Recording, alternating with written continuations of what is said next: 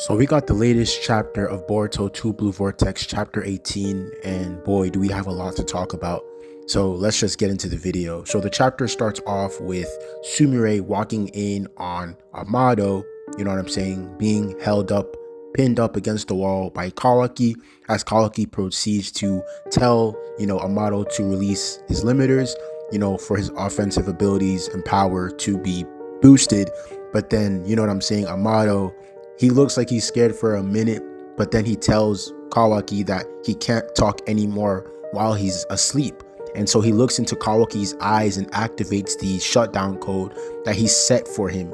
The same shutdown code he used on Delta in part 1. So we see that Amato is still able, he still has that secret weapon, that trump card up his sleeve. And we see that he's still using it to his disposal because now he's able to use the shutdown code on Kawaki, and Kawaki is going night-night. And then Amato proceeds to comment, telling Sumire that she has impeccable timing, as, you know what I'm saying, he begs her to move the body, or Kawaki. And then we cut back to the Hidden Sand Village, as we basically see, and we see that Ryu is being introduced to both Yodo and Areya. And we see that Ryu is a little, off-put by Yodo's glare, calling it a bloodlust. But then Yodo comments saying that it's just a regular thing, a regular personality that she has, and that all shinobis have it. And then we see that the boy Mitsuki and Sarada, they're both trying to really deviate their Ryu's attention away from Yodo to not raise any, eyebrows or suspicion. And then we cut to Konohamaru and Matsuri, and we see that Konohamaru is still chatting with Matsuri, just trying to make her feel comfortable. But, Matsuri is like still teasing because she just can't compose herself, because she views this day as the best day ever. Being able to talk and communicate with Konohamaru, even saying things like Konohamaru-chan, and that makes Konohamaru think back to when Moegi would always call him that during like OG Naruto.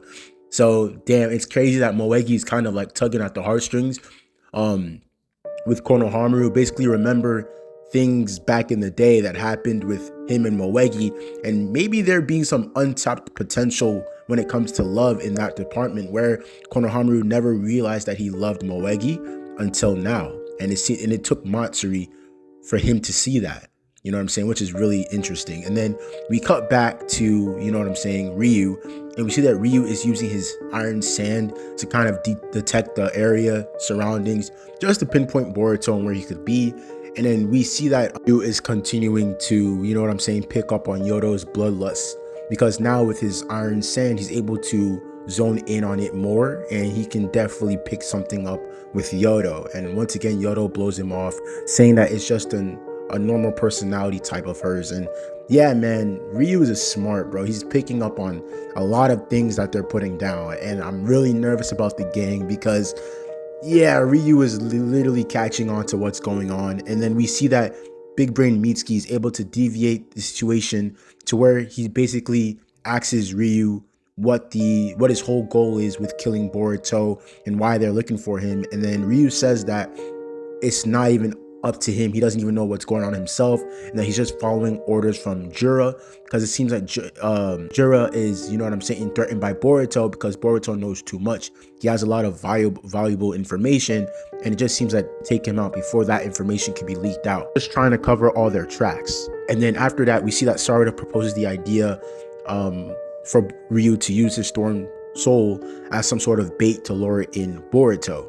And then we cut back to the leaf as we see that Kawaki regains consciousness, and we see that Amato just wants to have a civil chat with him, and he brings up the offer that he's always had regarding his daughter, wanting to use Kawaki's karma to, revive his daughter. And he even shows Kawaki the clone that he made for, his daughter, basically calling it like a resurrection vessel, so that his daughter would be able to revive into that body.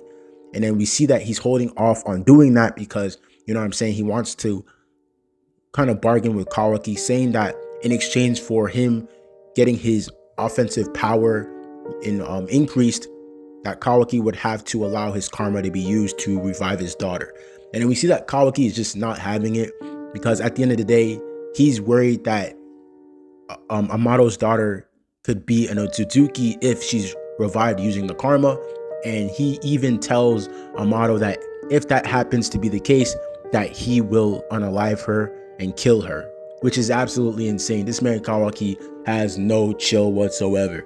And we're just and yeah, man, Kawaki is just telling Amato that before he could even, use that his karma to revive Amato's daughter, he would have to eliminate all the threats that he deems like threatening, like Boruto, Code, the Sinjus, and any other impending threat, possibly his daughter even. So yeah, man, Kawaki wants to just eliminate any variable that would be threatening to the Leaf and Naruto. And that he said that until that happens, he's not going to, use his karma to resurrect his daughter, Amato's daughter, which is crazy. And then we see that Amato says that if he tries anything, if he tries to kill his daughter, that Amato will fight and he won't give him that chance. So yeah, man, Amato is standing on business, bro. He's not going to let his daughter, get killed. Even if she were to be in a Tsutsuki, Amato would still, be that father in protecting her, being that, protecting his daughter was his one and only life purpose in life, in his opinion. So yeah, and then we cut back to the Hidden Sand Village as we see that, Konohamaru asking Matsuri to not call him Konohamaru-chan anymore because only one person is allowed to call him that. And we see that Matsuri asks Konohamaru who that one person could be, and Konohamaru, gives it away. And Matsuri kind of comes to her own conclusion, suspecting it to be Moegi. And then we see that Matsuri, she's crashing out right now. Her little tentacle thingies are starting to rise up. And we see that Matsuri is pissed. Like, she even commands Konohamaru to answer him. Oh my gosh, things are going left fast. This man Konohamaru stays fumbling the bag. Like, how can you fumble the bag this hard, bro? All because you didn't want her to call you by a name that your friend would call you? That's why you're gonna put this mission in jeopardy, bro? And then we cut back to Ryu, and we see that Ryu is using his, iron sand to, propel the thorn soul bulb, just to lure in Boruto, because, Sarada proposed that idea.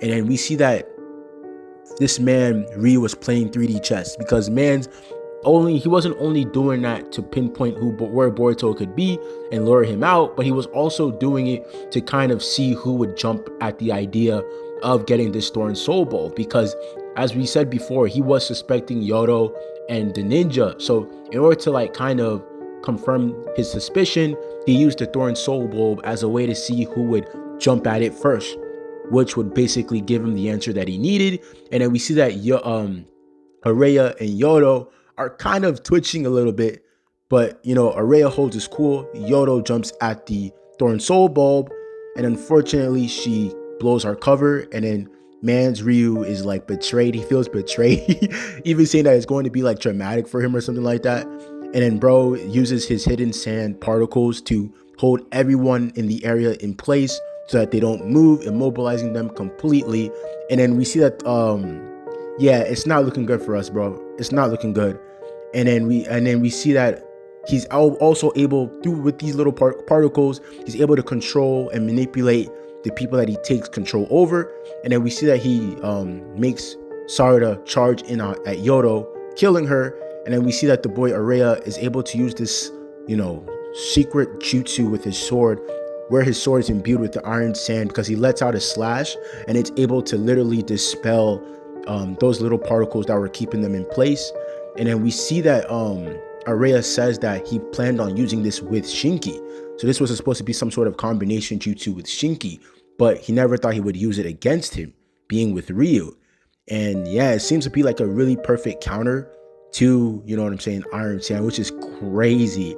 And we see that, and then in the last panel, we say that Ryu is saying that this is cheating, that this is so unfair, and that's how the chapter ends, ladies and gentlemen. And yeah, man, this chapter was absolutely insane. Even though we had little to no action, there was a lot of information that we needed. A lot of questions were answered. This was a very slow chapter, but it built up a lot of things towards the next chapter, setting everything up. Yeah, man, this chapter was crazy, bro. Oh my goodness. And I just noticed this now. We didn't see Boruto. Boruto was not in this chapter whatsoever. So it seems as if they're saving Boruto for a big, big, big, event that's about to happen, bro. I'm telling you, we're getting Boruto in the next chapter, folks, because normally they would never, what I'm saying, Boruto is usually in the chapter, even if he's not the main focus of the chapter, he's usually in the chapter somehow. So I'm pretty surprised at the fact that he wasn't in this chapter, not even like a little mention of him.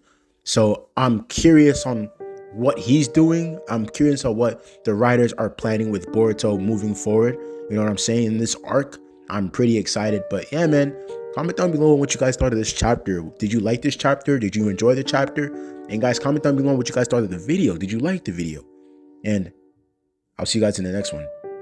Peace.